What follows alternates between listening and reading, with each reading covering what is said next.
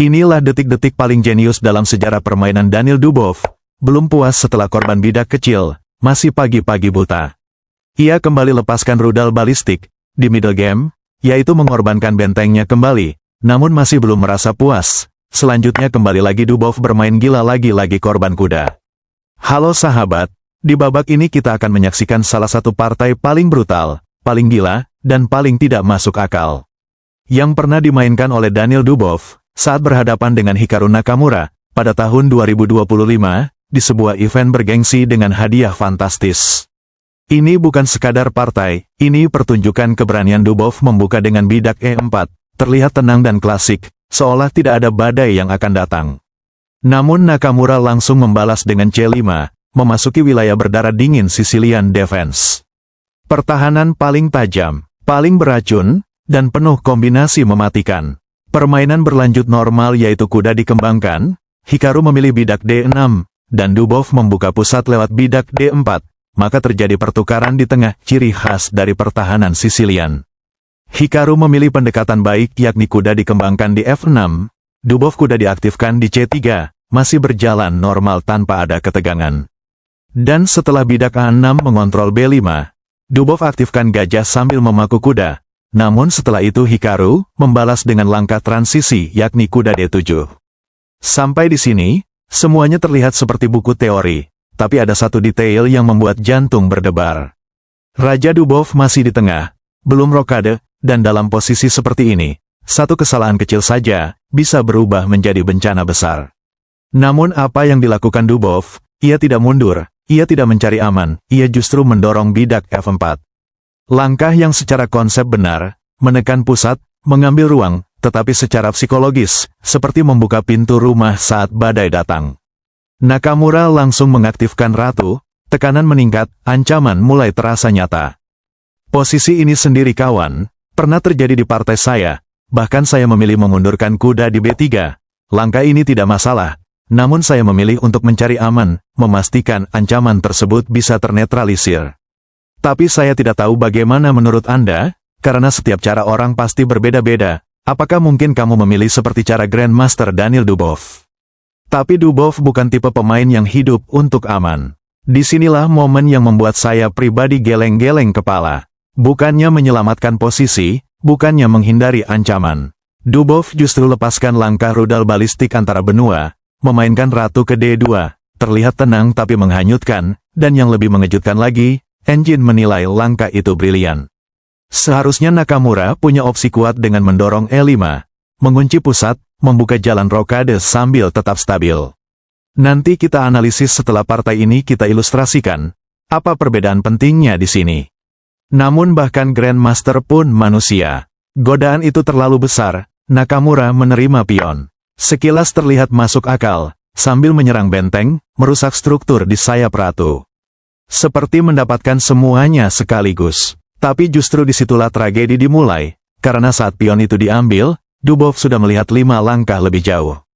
Yang terlihat seperti keuntungan, berubah menjadi ladang ranjau, dan dalam beberapa langkah berikutnya, posisi Nakamura solid, tidak aman, Hikaru seperti berdiri di tepi jurang taktik. Jika Anda penasaran bagaimana satu keputusan yang terlihat normal, berubah menjadi malapetaka, maka lanjutannya akan membuat Anda tidak percaya bahwa ini terjadi di level tertinggi dunia.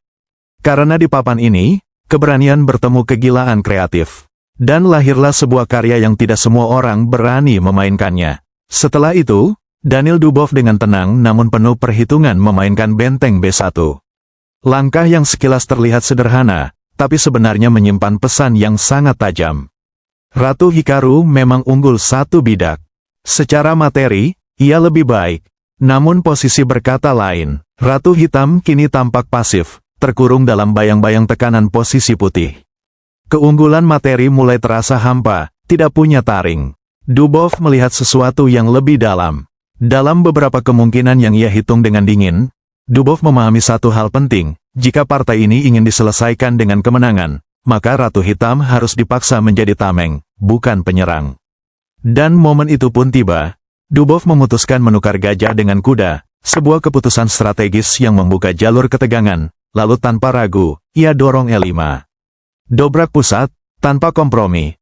langkah ini bukan hanya serangan, ini adalah deklarasi perang. Hikaru, dengan pilihan yang terbatas, menerima pertukaran di tengah. Secara logika itu wajar, bahkan terlihat sebagai keputusan paling aman. Namun justru disitulah masalah baru muncul. Ancaman terhadap kuda mulai terasa. Hikaru mencoba memperbaiki posisi, ia mundurkan kudanya, mencoba menstabilkan keadaan. Dari luar tampak semuanya masih terkendali, seolah badai sudah berlalu. Tapi Dubov belum selesai, masalah lama memang terkendali, namun masalah baru lahir seketika. Kuda meloncat di depan, ancaman fort terhadap raja dan benteng mulai membayangi papan. Dan disinilah ide kreatif Dubov benar-benar terlihat.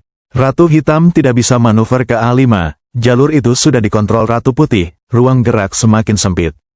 Hikaru memilih pendekatan transisi, ia mundurkan Ratu ke C5, mencoba mengontrak kotak C7. Secara teori, langkah ini terlihat solid, seolah semua bisa diselesaikan dengan teknik. Namun Dubov tidak pernah berhenti di situ. Dengan manuver yang sangat indah, ia tarik kudanya di B3, tenang perlahan namun penuh ancaman. Kini Ratu Hitam kembali diserang, situasi berubah menjadi sangat tegang. Ratu Hikaru kehabisan ruang, tidak banyak pilihan tersisa. Satu-satunya tempat yang terlihat aman hanyalah mundur ke C6, dan itu pun terasa seperti langkah terpaksa. Tapi tekanan belum selesai. Sekali lagi, kuda putih mendarat di A5. Untuk kesekian kalinya Ratu Hikaru diserang, dikejar dipaksa bergerak, tanpa waktu untuk bernapas. Dan pada akhirnya, Hikaru memutuskan mengembalikan ratunya ke tempat semula. Sebuah langkah yang terasa seperti pengakuan diam, seperti pasrah terhadap arus yang tak lagi bisa ia kendalikan.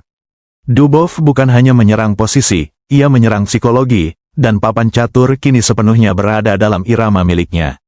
Maka setelah itu Dubov kembali menangkap bidak dan sekali lagi menekan ratu milik Hikaru, membuat hitam terpaksa mondar-mandir lagi ke C6. Ratu yang tadi terlihat aman kini benar-benar kehilangan arah. Setiap langkahnya bukan pilihan bebas melainkan langkah terpaksa. Disinilah kreativitas Daniel Dubov yang sering dibandingkan dengan gaya Mikhail Tal mulai benar-benar terlihat. Belum puas dengan satu pengorbanan indah, Dubov kembali meluncurkan langkah yang seperti rudal balistik antar benua, benteng B3. Ini bukan sekadar pengorbanan, ini jebakan strategis yang mematikan karena Ratu Hitam sudah kehilangan banyak kotak manuver. Jika pengorbanan ini ditolak, Putih cukup menangkap ratu dan permainan selesai. Maka secara praktis pilihan terbaik bagi Hikaru Nakamura adalah menerima benteng tersebut. Secara teori, menangkap dengan ratu adalah langkah paling rasional walau tetap saja posisi hitam sudah sangat sulit dan keunggulan Dubov hampir mutlak. Namun Hikaru memilih menangkap benteng dengan kuda, berharap Dubov langsung membalas menangkap kuda itu sehingga struktur materi kembali lebih seimbang dan peluang bertahan masih ada. Tetapi Dubov sudah menghitung semuanya sejak jauh sebelumnya. Rencana ini bukan spontanitas, melainkan skema yang telah disusun rapi sejak langkah ke-19. Alih-alih merebut kembali kuda tersebut, Dubov justru kembali mengorbankan kudanya. Pengorbanan kedua ini menghancurkan sisa pertahanan hitam karena apapun yang dilakukan, konsekuensinya fatal. Jika kuda ditangkap, Ratu Putih mendarat di D8 dan skatmat tidak terhindarkan. Pada titik ini Hikaru memahami kenyataan pahit itu. Tidak ada lagi jalan keluar, baik pengorbanan diterima maupun ditolak hasil akhirnya tetap sama.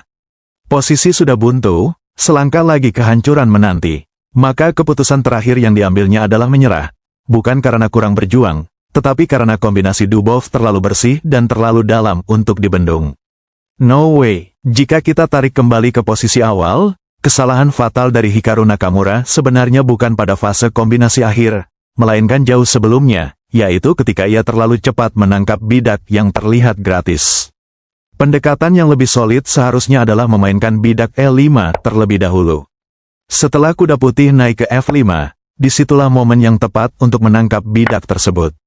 Artinya bidak itu memang tetap bisa diambil, tetapi dengan timing yang presisi. Di level Grandmaster, perbedaan tipis seringkali terlihat sepele, bahkan secara visual hampir tidak ada bedanya. Namun justru selisih kecil itulah yang dalam praktik nyata sangat sulit dieksekusi dengan sempurna. Bisa jadi dalam perhitungan cepat, Hikaru menganggap menangkap sekarang atau nanti hasilnya sama saja.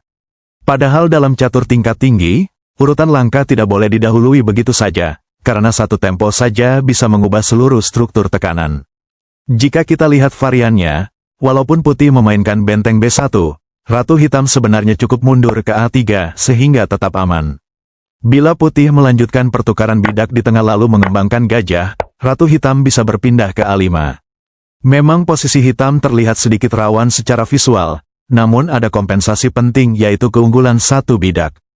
Dengan permainan akurat, hitam masih bisa menstabilkan posisi dan secara penilaian engine kedudukannya tetap seimbang tanpa pihak yang benar-benar dirugikan. Disinilah pelajaran besarnya, bukan semua bidak gratis harus langsung ditangkap, karena momentum seringkali lebih penting daripada materi. Kesalahan bukan pada taktik akhir, tetapi pada keputusan strategis kecil yang mengubah arah permainan. Oleh karena itu kami ucapkan sekian dan terima kasih. Jika Anda ingin melihat analisis yang lebih tajam dan mendalam seperti ini, silakan bergabung dan ikuti video-video berikutnya di channel ini. Salam hormat dari kami, salam satu papan dan satu perjuangan.